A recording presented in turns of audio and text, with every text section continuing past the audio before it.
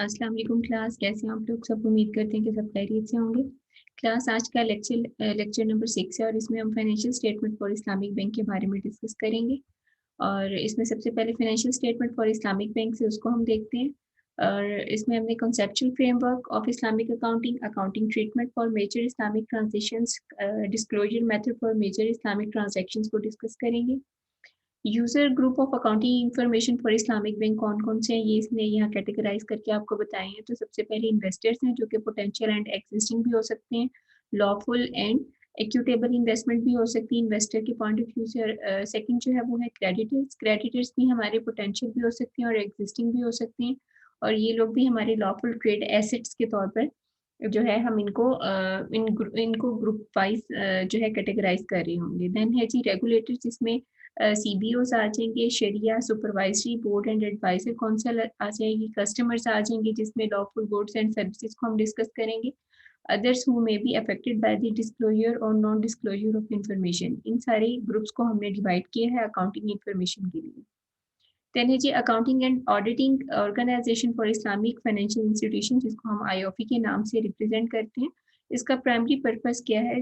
To enhance the confidence of user of the financial statement of the IFIs।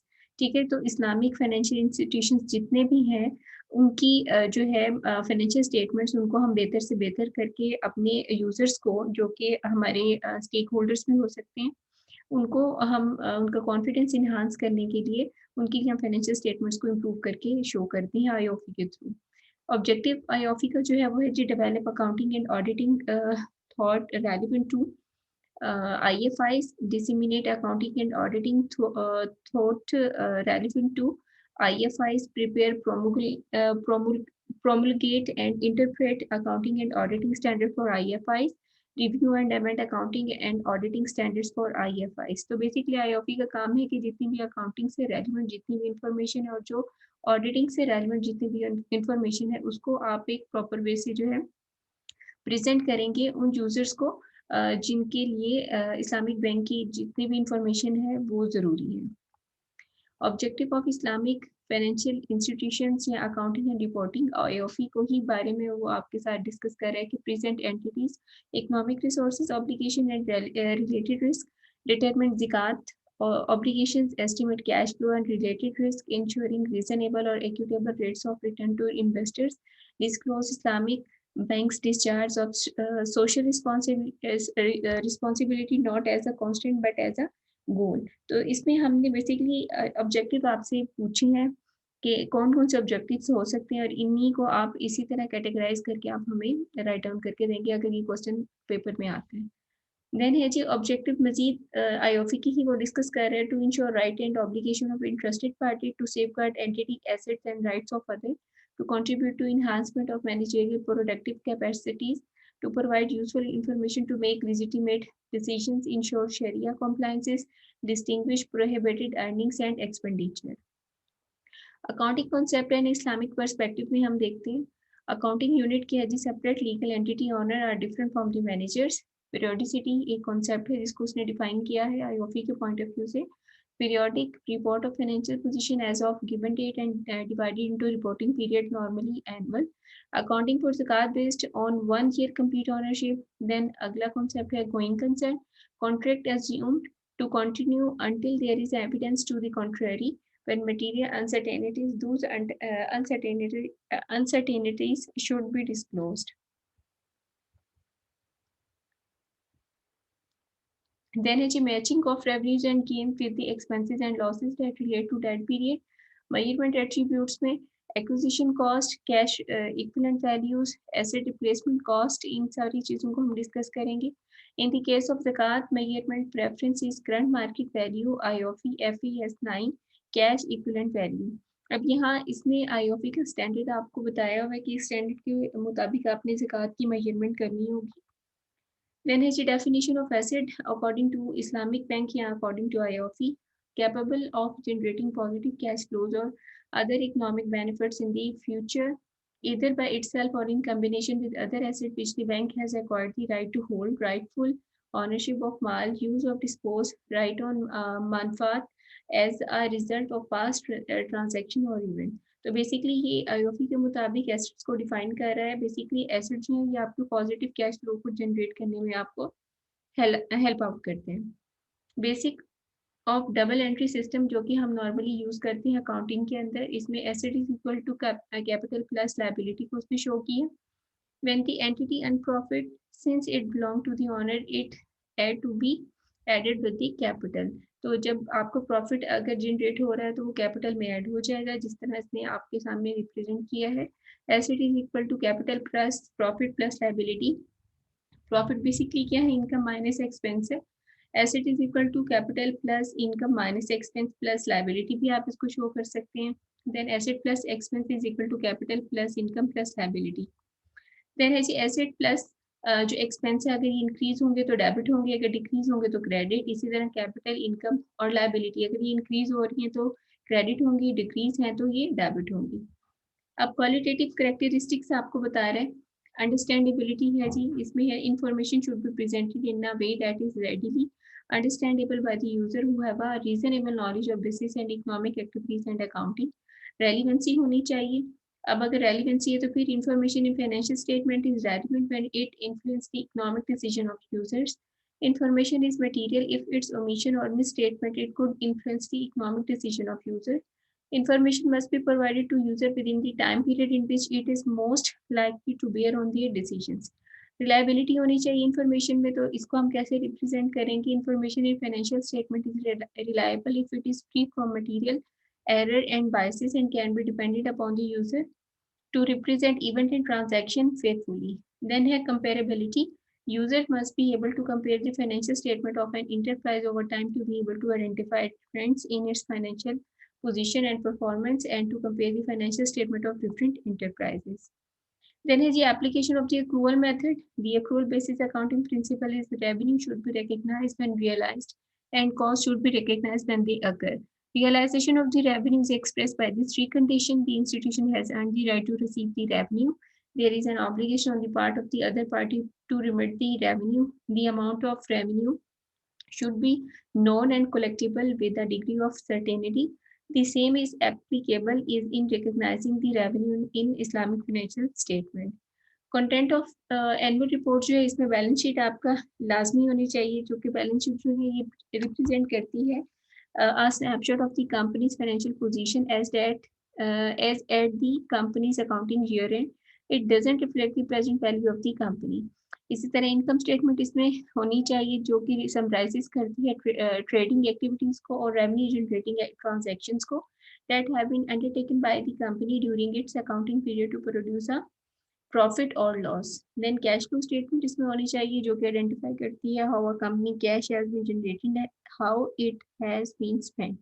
Then है comparative figures जो है वो from previous years to enable comparison of the company's performance on a year-on-year basis. Accounting policies are the basis on which the accounts have been prepared. Then director reports होनी चाहिए that outlines the company's principal activities and how each has performed, and also detail any significant changes made to its fixed assets. Then auditor report है that gives an opinion on whether the account give a true and fair view of the company's activities and financial position and comply with regulatory requirements. Accounting for मुराबा, इसके बारे में थोड़ा सा हम discuss करते हैं कि अगर मुराबा का कॉन्ट्रैक्ट है तो इसमें अकाउंटिंग के पॉइंट ऑफ व्यू से हम इसको कैसे रिकॉर्ड करेंगे। तो बेसिकली मुराबा का स्ट्रक्चर इसने आपको यहाँ बताया है। इसमें जी सबसे पहले है binding promise to purchase, then deliver the goods, then pay spot भी आप कर सकते हैं, फिर सेल करेंगे गुड्स को, उसके बाद फिर आप पे डेफर्ड भी इसको कर सकते हैं। तो ये बेसिकली सप्लायर, बैंकर और परचेजर, इनके दरमियान ये सारा स्ट्रक्चर जो है ये मूव करेगा। सबसे पहले है जी promise. The buyer promise to buy the goods from the Islamic bank. The promise could be binding or not depending on the agreement between the two parties. However, in practice, the promise is deemed binding and the IOF ruled as such in order to protect Islamic financial institutions. IB may ask the customer to provide a down payment in the form of earnest money, Hamish Jiddiya. This payment shows the buyer's good faith in the transaction. Upon signing the muraba, the down payment become part of the agreed price and thus reflect on the total price. Accounting treatment for हमेश जिदिया, जिसमें आप down payment पहले दे देते हैं तो फिर आप इन transaction को कैसे रिकॉर्ड करेंगे। तो कस्टमर अकाउंट जो है या कैश अकाउंट ये डेबिट हो जाएगा और हमेश तृतीया अकाउंट जिसको डाउन पेमेंट अकाउंट भी हम कह सकते हैं वो क्रेडिट हो जाएगा। अब FAS 2 of IOF state in case of breach of promise हमेश तृतीया can be used to recover actual damages. However, it cannot be used for recovering the cost of fund or opportunity cost. Disclosure should be made in the notes as to whether the promise is binding or not binding. Then is agency agreement. So agency agreement is not the condition of the muraba if this institution can make direct purchases from the supplier. The financial institution doesn't have the expertise to identify the goods and negotiate an efficient price. The customer, however, being in the industry can do this. The institution therefore appoint him as its agent, which is also permissible in the first step of the transaction to identify and procure the goods on the institution behalf. This is done by the acquisition of agency agreement between the institution and the customer. Agency agreement है तो फिर यहाँ आपको कैसे इसकी जो transaction है उसको रिकॉर्ड करना है, तो accounting entries for advance paid to customer under master मुराबा फैसिलिटी, इसमें एडवांस अगेंस्ट मुराबा जो है वो डेबिट हो जाएगा, एसेट माइनस BS आपको करना पड़ेगा। देन है कैश अकाउंट जिसको आप क्रेडिट करते जाएंगे। देन है आइटम बोर्ड्स, अगर आप आइटम जो है वो खरीदते हैं या कोई एसेट परचेज कर रहे हैं तो फिर इफ द एसेट परचेज या asset bought by the bank directly for the cash, तो फिर आपने मुराबा इन्वेंट्री अकाउंट जो है वो डेबिट करना होगा और कैश अकाउंट जो है वो क्रेडिट करना होगा। इसी तरह if the asset bought by the bank directly from the supplier for the credit, और अगर आप डायरेक्टली जो है सप्लायर से जो बैंक है वो एसेट खरीदता है और क्रेडिट पे खरीदा है तो फिर मुराबा इन्वेंट्री अकाउंट डेबिट हो जाएगा और सप्लायर अकाउंट जो है वो क्रेडिट हो जाएगा। इसी तरह if the bank bought by the bank if the asset bought by the bank through the customer under agency agreement, तो फिर मुराबा इन्वेंट्री अकाउंट जो है वो डेबिट होगा और एडवांस अगेंस्ट मुराबा अकाउंट जो है वो क्रेडिट होता जाएगा। Then here discount on the acquiring asset, to discount from the supplier if any would be passed on to the customer at the time of muraba sale by reducing the cost of sale. Alternatively, it can be recognized as revenue if Sharia board gave permission. Usually, Sharia board would allow it to be shown as in income if the promise is not binding and the muraba contract is general from form asset. The institution bank reserves the right to reject the purchase if made other than the agreed price. Inventory valuation अगर आपको करनी है तो फिर कैसे हम करेंगे? Asset is initially measured and recorded at historical cost including all cost necessary to bring the asset in its present location and condition. IOP requires that if inventory is lying with the bank, the IAS applicable to inventories shall be applied. In case where the customer has not fulfilled his promise to purchase inventory, the same need to be brought down to net realizable value. If he has no default, then even the market value of the good is declined since the bank is sure that it is able to sell the inventory at a profit. Muraba price, it would not be required to write down the inventories. Muraba sale and profit recognition. The profit shall be recognized at the time of consummation of sale if the sale is for cash or on credit, but the term doesn't exceed the current financial period. The profit on portion of Muraba receivable not due for payment should be recorded as unearned Muraba income with the corresponding liability on the balance sheet called deferred Muraba income. Muraba sale and profit recognition as per IOF standard, profit of credit sale whose payment due after the current financial period shall be recognizing using any of the following method. या तो preferred method के through हम इसको follow करेंगे या allowed alternative method. तो पहला method जो है इसमें आप proportionate allocation of profit whether or not cash is received, और second method में profit may be recognized and as and when the amount is received, accrued amount of profit which is not yet received is disclosed. Deferred profit shall be offset against shown as a deduction from Muraba receivable in the statement of financial position or balance sheet. Purchase of asset and sale to purchase order, इसमें आपको बता रहा है वो कि bank जो है वो रिकॉर्ड करेगा asset at full amount of purchase price less discount को, ठीक है। Any decline in the value shall be reflected at the end of the financial period, और उसके बाद फिर इसी चीज को वो मुराबा रिसीवेबल में कन्वर्ट करते हुए रिकॉर्ड करेगा एट ₹12 कि 10 मिलियन की वो चीज़ अगर परचेज कर रहा है तो 12 मिलियन की जो है वो मुराबा रिसीवेबल में उसको रिकॉर्ड करेगा, इंक्लूडिंग अनअर्न्ड मुराबा income and liability of ₹2 million is recorded. अब एसेट जो है वो 2 मिलियन का हो गया, जो लायबिलिटी है वो 2 मिलियन की आउटस्टैंडिंग है, तो ये जो 2 मिलियन है ये रिकग्नाइज होंगे as income over a period of मुराबा term. Advance paid to customer under master मुराबा फैसिलिटी, इसमें एडवांस अगेंस्ट मुराबा जो है एसेट साइड के अंदर आपको 100 मिलियन जो है वो आपको डेबिट करने होंगे, और जो कस्टमर करंट अकाउंट है उसमें 100 मिलियन को आप क्रेडिट कर रहे होंगे। इसी तरह item purchase by the bank और the customer on the bank behalf, इसमें मुराबा इन्वेंट्री को आप 100 मिलियन से डेबिट करेंगे और एडवांस अगेंस्ट मुराबा को आप 100 मिलियन से क्रेडिट कर रहे होंगे। इसी तरह मुराबा सेल है, इसमें आप मुराबा रिसीवेबल को ग्रॉस अमाउंट जो आपकी बेसिकली वो 120 मिलियन है, इस तरह मुराबा सेल जो है वो आपकी 120 मिलियन से क्रेडिट होती जाएगी। If the inventory cost recorded then this is the additional entry required, तो फिर मुराबा कॉस्ट ऑफ सेल जो है वो 100 से आपकी डेबिट होगी और मुराबा इन्वेंट्री जो है वो 100 से क्रेडिट हो जाएगी। इसी तरह प्रॉफिट डेफरमेंट है, तो फिर जो मुराबा इनकम है वो 20 मिलियन जो है आपका वो डेबिट होगा, और डेफर्ड मुराबा इनकम जो है जो कि लायबिलिटी साइड में आपको मेंशन करना होगा वो 20 मिलियन से आपकी इंक्रीज हो जाएगी। इसी तरह प्रॉफिट रिकग्निशन अगर आपने शो करना है तो डेफर्ड मुराबा इनकम 5 मिलियन से आपका शो होगा और अनअर्न्ड मुराबा इनकम जो है वो 5 मिलियन से क्रेडिट होती जाएगी। देन सेटलमेंट ऑफ मुराबा रिसीवेबल है, तो कैश आपका 30 मिलियन से डेबिट होगा और मुराबा रिसीवेबल 30 मिलियन से आपके क्रेडिट होंगे। पेनल्टी रिसीव्स या चैरिटी के लिए अगर आपका कोई पैसा जाता है तो फिर कैश आपको 1 मिलियन से डेबिट करना होगा, चैरिटी फंड पेबल जो है वो 1 मिलियन से आपकी क्रेडिट हो जाएगी। इसी तरह इलस्ट्रेशन आपको एक बता रहा है कि ABC Islamic bank provide a मुराबा of $200 for a commodity at a constant rate of return of 10% for a period of 5 years and requires an annual installment payment of 60,000. Requirement उसने आपको दी है prepare and extract of the balance sheet and income statement at the beginning and end of the year 1. अब इसमें इसने working की करके आपको बताइए कि टोटल अर्न एंड इनकम जो है वो 60,000 है आपके, उसको मल्टीप्लाई उसने किया 5 के साथ और माइनस किया 2 लाख के साथ, तो $1 लाख जो है ये आपके अर्न एंड इनकम के जो है वो डिराइव हुए। इसी तरह इनकम पर ईयर आपकी कितनी आ गई 20,000।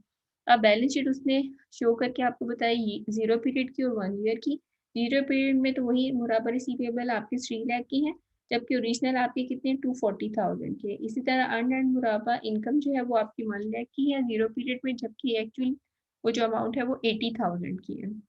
इसी तरह नेट रिसीवेबल आपके 0 पीरियड में 2 लाख के हुए और 1 ईयर में आपके 1,60,000 के हुए। और अगर हम इनकम स्टेटमेंट की तरफ जाएं तो मुराबा इनकम आपकी जो है जो कि हमने पहले ही डिराइव की है वो 20,000 की आएगी। अब यहाँ ये आपको मुराबा सैंपल डिस्क्लोजर एक आपको बता रहा है जिसमें मुराबा सेल प्राइस है उसकी अमाउंट उसने आपको मेंशन की, फिर परचेज प्राइस को उसने मेंशन किया और उस परचेज प्राइस को मुराबा सेल प्राइस में से माइनस करके उसने आपको अमाउंट बताई जो कि 65 आ गई। इसी तरह डेफर्ड मुराबा इनकम है जिसको उसने ओपनिंग बैलेंस के साथ जो है वो शो किया 135, और डेफर्ड ड्यूरिंग द ईयर हुआ वो 65 से, तो रिकग्नाइज ड्यूरिंग द ईयर वो आपके पास अमाउंट जो है वो 95 जो है वो उसने आपको अमाउंट बताई। अब ये जो ब्रैकेट में अमाउंट है इसको आप बाकी जो अमाउंट्स हैं जो कि ब्रैकेट में नहीं उसमें से आप माइनस करके लिखेंगे तो वो 105 आ जाएगी डेफर्ड मुराबा इनकम। और मुराबा रिसीवेबल अगर हमने डिराइव करनी है तो ओपनिंग बैलेंस आपके पास है 850 और सेल ड्यूरिंग द ईयर 465 है, रिसीव ड्यूरिंग द ईयर 730 है, तो जब आप इसको माइनस करेंगे तो आपके पास मुराबा रिसीवेबल आएंगे 585। तो क्लास यहीं तक ये आपका टॉपिक था, इसको आके इंशाल्लाह ताला नेक्स्ट लेक्चर में कंटिन्यू करेंगे। तब तक अपना ख्याल रखिएगा। अल्लाह हाफिज़।